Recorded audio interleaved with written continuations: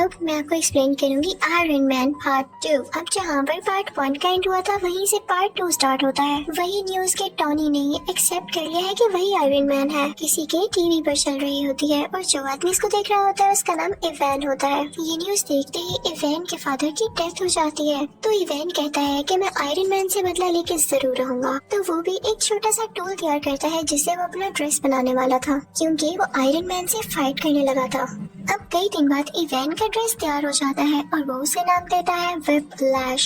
उसमें ये पावर थी कि वो किसी भी मेटल को काट सकता था। फिर हम देखते हैं कि 6 महीने गुजर जाते हैं और टोनी कुछ लोगों से स्पीच कर रहा होता है। उसने अपना वही ड्रेस पहना होता है। वो बताता है कि मेरे फादर का ये ड्रीम था कि वो एक सिटी बनाए जिसमें एडवांस बिल्डिंग्स हो और काफी अच्छी टेक्नोलॉजी हो, लेकिन वो तो अपना ये ड्रीम पूरा नहीं कर पाए। अब मैं उनका ये ड्रीम पूरा करूंगा। और वो अपना ड्रेस सबको दिखाता है कि ये ड्रेस मेरी हेल्प करेगा। टोनी ये सब बातें करके वहाँ से निकल ही रहा होता है कि तभी उसके पास कुछ लोग आते हैं। वो टोनी से कहते हैं कि आपसे कुछ लोग कुछ बातें पूछना चाहते हैं। वो सब लोग ये चाहते हैं कि आप सुबह कोर्ट में आए। वो आपके ड्रेस के बारे में आपसे कुछ इन्वेस्टिगेशन करेंगे। जब टोनी कोर्ट जाता है तो उसे पता चलता है कि वहाँ पर तो आर्मी है। कोर्ट के सेनेटर उसे कह रहे होते हैं कि सूट तो तुमने काफी अच्छा बनाया है, लेकिन इतनी ज्यादा पावरफुल और खतरनाक चीज तुम्हारे पास नहीं होनी चाहिए। ये आर्मी को दे दो, क्योंकि वो अपने सोल्जर्स की काफी अच्छी ट्रेनिंग कर सकती है इससे।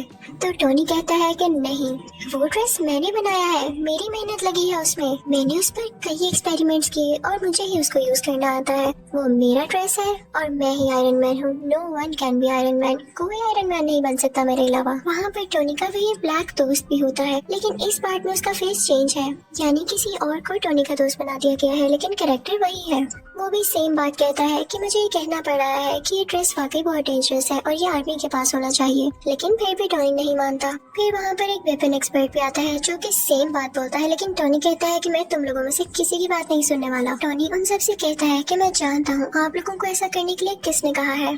इनफैक्ट वो आदमी इसलिए चाहता है कि आप लोग मेरा ड्रेस ले लें, क्योंकि वो खुद ऐसे ड्रेस नहीं बना पा रहा। उसने मेरी कॉपी करके कई ज्यादा ड्रेसेस बनाए हैं, लेकिन वो उस काम के नहीं जो कि मेरा ड्रेस है। तो आप लोग उसकी बातों में क्यों आ रहे हैं? मैं आपको प्रूफ्स भी दिखाता हूँ। और टोनी फिर उनको प्रूफ्स भी दिखाने लगता है कि वाकई वो आदमी कैसा है। वो कहता है कि इतना बड़ा वेपन मेकर मेरी ड्रेस को कंट्रोल ही नहीं कर पा रहा, तो आप लोग कैसे कर पाएंगे? इसे सिर्फ मैं चला सकता हूँ और मैं जानता हूँ ये किसी को नुकसान नहीं देगा। सबको उसकी बात अच्छी लगती है और फिर वो वहाँ से चला जाता है। दूसरी तरफ हम देखते हैं कि इवैन अपना व्हिप्लैश ड्रेस कंप्लीट कर चुका होता है और अब वो चाहता था कि वो डायरेक्ट जाकर आयरन मैन से लड़ाई करे। दूसरी तरफ टोनी भी अपने ड्रेस को चेक कर रहा होता है।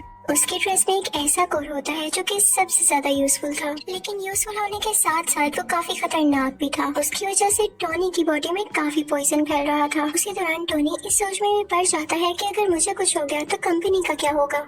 तो वो अपनी सेक्रेटरी को बुलाता है और उससे कहता है कि मैं तुम्हें अपनी कंपनी का सीईओ बनाता हूँ। ये कंपनी अब से तुम्हारे अंडर है, तुम जिसको चाहो हायर करो। फिर टोनी की सेक्रेटरी, जो कि अब उस कंपनी की सीईओ थी, एक लड़की को इंटरव्यू के लिए बुलाती है, लेकिन वो लड़की किसी कंपनी की एजेंट होती है। फिर हम देखते हैं कि कार रेस हो रही होती है और उसमें टोनी ने भी पार्टिसिपेट किया होता है, लेकिन तभी वहाँ पर इवैन यानी व्हिप्लैश आ जाता है और उस पर अटैक कर देता है, जिससे उसकी गाड़ी 2 हिस्सों में टूट जाती है। ये न्यूज टीवी पर टोनी की असिस्टेंट यानी वो सीईओ भी देख लेती है और उसके बॉडीगार्ड से कहती है कि हमें फौरन उसकी मदद के लिए जाना होगा। वो दोनों जाते हैं और टोनी को उसका ब्रीफ केस देते हैं, जिसके अंदर वो आयरन मैन वाला ड्रेस होता है और टोनी उसको पहन लेता है। अब आयरन मैन में और व्हिप्लैश में काफी लड़ाई होने लगती है, लेकिन आयरन मैन जो भी अटैक्स कर रहा था व्हिप्लैश उनको रोके जा रहा था और कई देर तक ऐसे चलता है। लेकिन तभी आयरन मैन व्हिप्लैश पर जोरदार अटैक करता है, जिससे फाइनली व्हिप्लैश को डिफीट हो जाती है। व्हिप्लैश को अरेस्ट कर लिया जाता है। थोड़ी देर बाद टोनी पुलिस स्टेशन जाता है इवैन से ये पूछने के लिए कि उसने उस पर अटैक क्यों किया। वो आगे से चुप रहता है, तो टोनी उससे कहता है कि वैसे तुम्हारी टेक्नोलॉजी थी बड़ी कमाल की, तुम अगर ये आर्मी को बेच देते तो तुम काफी अमीर हो सकते थे।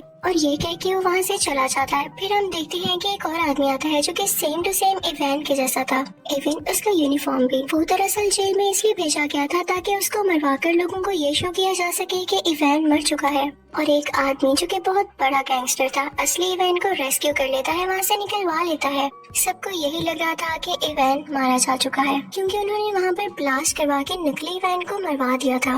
वो गैंगस्टर किसी इंडस्ट्री का ओनर था और टोनी का सबसे बड़ा दुश्मन था। वो ये चाहता था कि वो भी आयरन मैन के ड्रेस की तरह कई ज्यादा ड्रेसेस बनाए और पूरी आर्मी बनाए उनसे। उसने इवान को भी इसीलिए छुड़वाया था। दूसरी तरफ टोनी के ड्रेस का वो कोड उसे काफी सता रहा होता है। वो उसकी चेस्ट में मुसलसल पॉइजन पहुंचा रहा था, जिससे उसे फील हो रहा था कि अगर उसने कुछ न किया जल्द तो वो मारा जाएगा। लेकिन इस बात की फिक्र ना करते हुए वो अपनी बर्थडे पार्टी रखता है और उसमें डांस कर रहा होता है कि तभी उसका वो ब्लैक फ्रेंड आता है और उसे कहता है कि आर्मी का ऑर्डर है कि कल तुम्हें या तुम्हारे ड्रेस को उनके सामने लाया जाए। वो आदमी भी टोनी से अब तंग आ चुका था। वो कहता है कि तुम अपना ड्रेस पहन के पार्टी कर रहे हो, तुम जानते भी हो कि कितना खतरनाक है। लेकिन टोनी उसकी बात नहीं सुनता, तो वो भी टोनी का पुराना ड्रेस पहन कर आ जाता है और उन दोनों में अब काफी ज्यादा फाइट होती है। दोनों ने ही आयरन के ड्रेसेस पहने रखे थे और दोनों चाहते थे कि किसी न किसी तरह एक दूसरे को हरा दें ताकि पहला जीत जाए।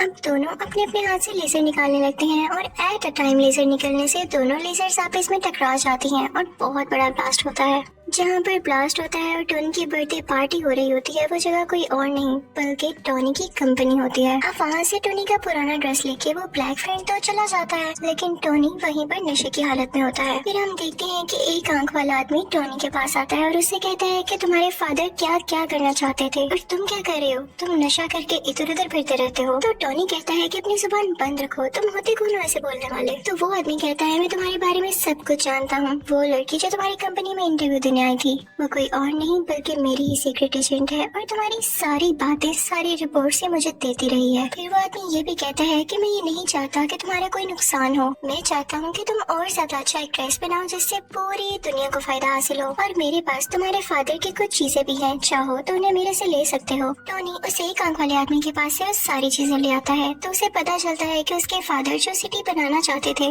वो उस टूल की मदद से बनाई जा सकती है। वो उस पर पूरी तरह से रिसर्च करने लगता है।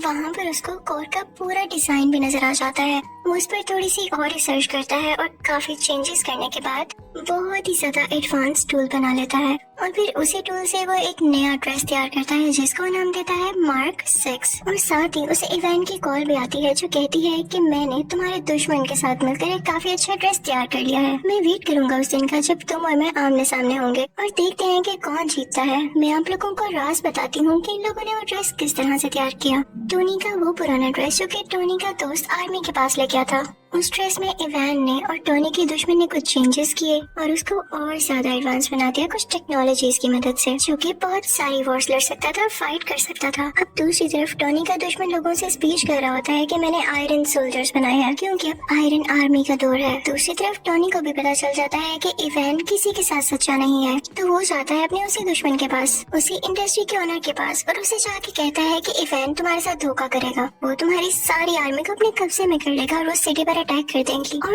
ऐसे ही होता है। इवान देखते ही देखते सब सूट्स को अपने काबू में कर लेता है और उस वॉर मशीन को भी, जो कि इन लोगों ने नई टेक्नोलॉजीज के साथ तैयार की थी। वही ड्रेस जो कि टोनी का पुराना ड्रेस था। टोनी उस इंडस्ट्री के ओनर से कहता है कि मैंने कहा था ना, जाओ अब अपने सोल्जर्स को कंट्रोल करो। लेकिन अब बहुत देर हो चुकी थी, तो वो सीक्रेट एजेंट वहाँ पर पहुँचती है जहाँ पर इवान इन सारे आयरन सोल्जर्स को कंट्रोल कर रहा होता है। लेकिन वो सारे के सारे अपना कंट्रोल खो चुके थे। तभी वहाँ पर आता है टोनी जो कि अब आयरन मैन बन चुका था। वो आते ही अपनी पावर्स का यूज करता है और सारे आयरन सोल्जर्स को मार गिराता है। लेकिन तभी उसके सामने आ जाता है फ्लैश, जो कि ज्यादा स्ट्रॉन्ग हो गया था अपने उसी ड्रेस में। टोनी यानी आयरन मैन उस पर अटैक करने लगता है, लेकिन अब उस पर कुछ असर नहीं हो रहा था क्योंकि फ्लैश अब काफी स्ट्रॉन्ग हो चुका था और अब वो जानता था कि आयरन मैन का मुकाबला कैसे करना है। तभी टोनी को याद आता है कि जब उसकी और उसके ब्लैक फ्रेंड की लेजर आपस में टकराई थी तो बहुत बड़ा ब्लास्ट हुआ था। वो अपने उस फ्रेंड से कहता है कि हम वो एक्सपेरिमेंट दोबारा से करते हैं। अब वो दोनों ऐसे ही करते हैं और वहाँ पे काफी बड़ा ब्लास्ट होता है।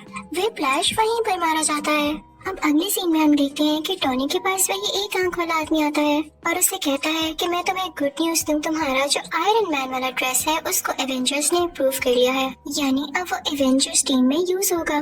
लेकिन आई एम सॉरी, तुम उसके लिए सिलेक्ट नहीं हुए, तुम्हें सिर्फ पीछे से काम करना होगा। तो टोनी कहता है कोई मसला नहीं, आई एम एक्सेप्टिंग, लेकिन मुझे इस बात का क्रेडिट चाहिए। फिर अगले सीन में हम देखते हैं कि कोर्ट के सेनेटर टोनी यानी आयरन मैन को और उसके ब्लैक फ्रेंड को मेडल देते हैं और उनसे कहते हैं कि थैंक यू, आपने पूरी दुनिया को बचा लिया। और इसी के साथ आयरन मैन पार्ट 2 यहीं खत्म हो जाता है।